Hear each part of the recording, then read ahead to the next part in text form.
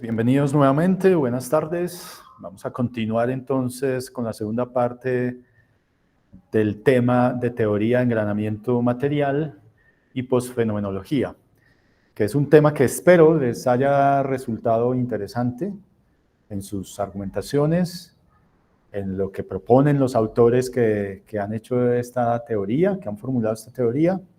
Entonces decía que resulta más contraintuitivo plantear que las cosas tienen agencia, que los dualismos inerte-vivo deberían ser diluidos. A primera vista parece más difícil de argumentar eso, es más natural aceptar en nuestra formación que una cosa como esta es inerte, por tanto no tiene agencia. Suena más natural, pero estos autores nos están presentando argumentación, toda la argumentación filosófica que está detrás de esas tesis. Por eso es que me parece que es interesante y para el diseño especialmente relevante. Esta teoría de engranamiento material se enmarca en lo que se conoce como ontología relacional y por tanto está calando muy bien actualmente, o sea, tiene muchísimo más acogida en general este tipo de novedad que se presenta como novedad.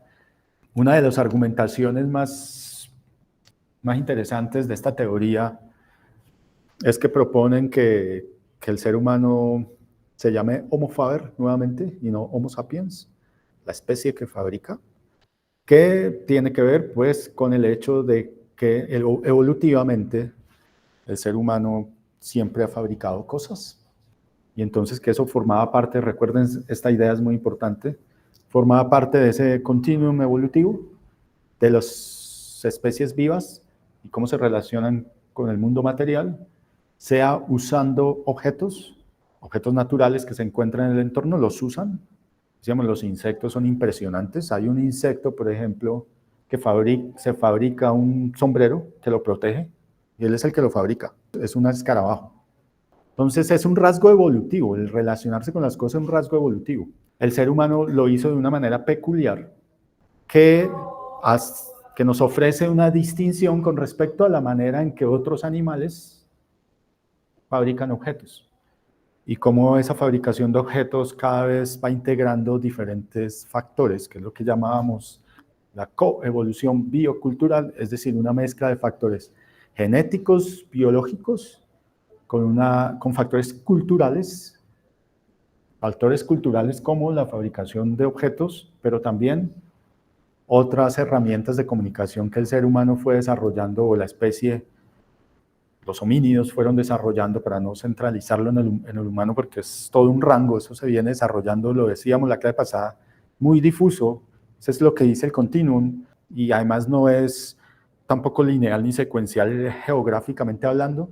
Y luego se dijo un concepto clave, que lo que sucede es que ciertas capacidades cognitivas que se van desarrollando con diferentes grados de importancia, o sea, de saliencia y de intensidad. Saliencia e intensidad. Saliencia es importancia, es lo más importante, lo más destacado. O sea, es un conjunto de factores que hacen que ciertas capacidades cognitivas se vayan evolucionando más que otras. Entonces, sí compartimos los mismos recursos. Anteriormente, sobre todo con la influencia de ciertos mitos hegemónicos, como el catolicismo, se pensaba que el ser humano era excepcional, o sea, era de otro tipo, pero las diferencias son de grado, es decir, con diferentes grados de intensidad o saliencia. La manera en que nosotros nos relacionamos con los objetos, en el fabricar objetos, en este caso artefactos, es lo que permitió que evolucionáramos hacia el pensamiento abstracto, hacia el pensamiento complejo. En el caso de estos autores, yo estoy señalando, es una hipótesis mía que he venido trabajando, pero en el caso de estos autores, así se piense lo más abstractamente posible, o sea, la razón pura, de todas maneras el ser humano necesita anclas materiales, algo físico que le ayude a pensar y organizar y reducir la carga cognitiva. Esa es la tesis que ellos dicen. Entonces, como tenemos esa base y aún así, aún hoy, seguimos pensando en ese sentido material o muy apoyado en lo material, y también lo proponíamos de la siguiente manera. Decíamos, por ejemplo, que lo que yo propongo es que el lenguaje es un artefacto cognitivo y gracias a ese artefacto creado por los humanos, tan poderoso como herramienta para transmitir ideas. Eso marca la forma en que entendemos el mundo. Como los artefactos inciden tanto en cómo le damos experiencia al mundo, pues somos homo faber realmente, los que hacemos cosas.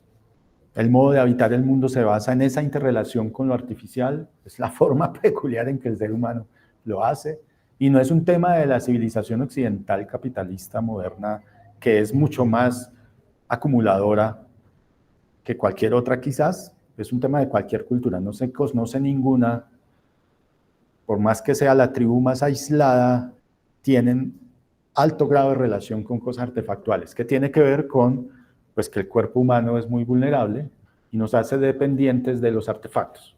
Pero fíjense que entonces, incluso en esas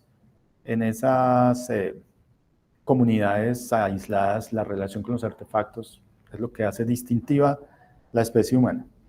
Ok, gracias. Lo que pasa es que sigo sin entender bien a qué se refiere o cuál es la propuesta que propone la posfenomenología como superación de la fenomenología tradicional. O sea, entiendo que tiene que ver como con esta cuestión ontológico-relacional sobre que ¿Sí? el foco o quizá como que la experiencia humana se queda como limitada en cierto sentido. Entonces, no estoy seguro si la superación que propones a través de este entendimiento de las relaciones entre las cosas. No sé si estoy en lo correcto o no. Sí, sí, sí, Erika. Además que toca pues pone el dedo en la llaga, ¿no? Porque lo que propone la posfenomenología, primero ya es claro que la proponen como una superación de la fenomenología, o sea, ese concepto de post como que se supera la fenomenología, o sea, como una invitación, no hablemos más de fenomenología. Y lo que plantean es que la fenomenología es muy dualista, o sea, comete el pecado del antropocentrismo, primero que todo, y el pecado del dualismo, o sea, muy cartesiana. Y arman todo un aparato argumentativo en contra de nuestra posibilidad de tomar decisiones de manera anticipada, no corporal. Y presentan una serie de argumentos en donde por ejemplo, esa fenomenología clásica, sobre todo la de Husserl, la consideran dualista, antropocentrista, y por tanto que no está colaborando al avance de la comprensión de la naturaleza humana, porque nos dice que todavía somos especiales los que miramos el mundo, los que nos dirigimos hacia el mundo, los que tomamos decisiones, que tenemos control sobre nuestras decisiones de manera premeditada, y ellos consideran que esas tesis son equivocadas. Y con este tipo de argumentos que estoy dibujando de una manera muy superficial y rápida, la propuesta es superar la fenomenología. No sé si respondo, Eric, su pregunta, pero son argumentos de ese corte. Y ellos lo que hacen es sacarnos del cuerpo y llevarnos a las cosas y decir, pero no es el cuerpo aislado, es el cuerpo en relación con el entorno natural y con los artefactos que fabrica, y que ellos nos determinan cómo es nuestra naturaleza. Los artefactos nos influyen casi de la misma, o casi no, de la misma manera que nosotros a ellos, y esa ya es una tesis propia, eso es lo relacional. Entonces ya lo importante no es el foco en el individuo, en el ser vivo, sino en la relación, las intenciones previas y la planificación de acciones, la conciencia. Eso es epifenomenal, no tiene implicaciones prácticas. La planeación es epifenomenal. O sea, planear una acción no tiene implicaciones prácticas.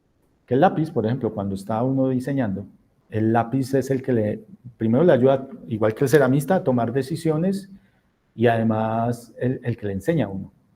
Volverse mejor diseñador sería imposible si no fuera por el lápiz. El lápiz le ayuda a uno a volverse mejor diseñador, porque es el que le permite entrenarse. Fíjense que ese argumento suena sólido y plausible. Uno como es, ¿no? Es decir, el lápiz me está enseñando, no es que sea un elemento inerte, como digo yo, sino que me ayuda a entrenar. Porque si no estuviera y si no fuera el lápiz así, mi cuerpo no podría entrar en una interrelación que me permite mejorar mi capacidad de dibujar. Evidentemente, nosotros decimos lo contrario, o sea, precisamente que la relación no es simétrica, sino asimétrica, entre otras cosas, pues porque ahí está el lado, pues lo experiencial. Ese tema de la experiencial se vuelve uno de los argumentos fundamentales. O sea, si uno va a hablar, ellos dicen, fíjense que ellos dicen que lo material influye en nuestra experiencia, o sea, cómo experienciamos el mundo. de acuerdo, sin duda influye en nuestra experiencia, pero es clarísimo. Pero ¿quién tiene la experiencia? Y en el sentido, o sea, lo que hace que sea asimétrico, fundamentalmente es lo experiencial. La experiencia se vuelve solo del ente sintiente, que es el que está siendo capaz de sentir una experiencia subjetiva, cualitativa, de lo que sucedió.